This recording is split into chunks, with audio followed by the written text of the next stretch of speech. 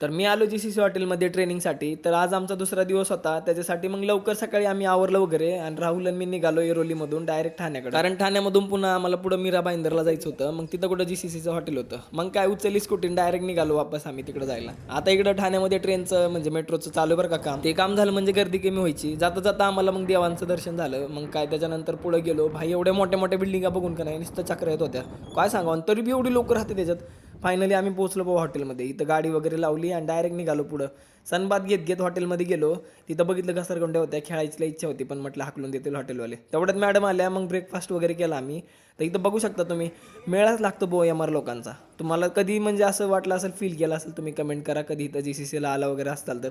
एवढ्या पावसाळ्यात मी आलतो तेव्हा पोहत होती इथं लोकं आणि आता सगळा स्विमिंग पूल रिकामा पडलाय.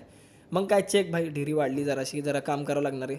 टी ब्रेक वगैरे झाला आणि त्याच्यानंतर आमच्या मीटिंग चालू झाल्या. ॲप्रिसिएशन म्हणून आता आमच्या इथं चांगले गिफ्ट वगैरे देतात लोकांना.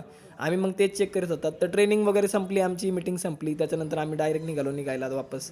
तर मग मॅडमला घेऊन आणि आम्ही डायरेक्ट निघालो पुण्याला सर मी आणि मॅडम. इथं जाता जाता मग चहा कॉफी घेतली आणि डायरेक्ट शिरलो मी सिंगलिंगकडे. तर मग कमेंट करा मी सिंगलिंग वगैरे बघितली असेल लोकांनी तर आणि मग येतो मी पुण्यात आज बाकी भेटू उद्या तोपर्यंत बाय.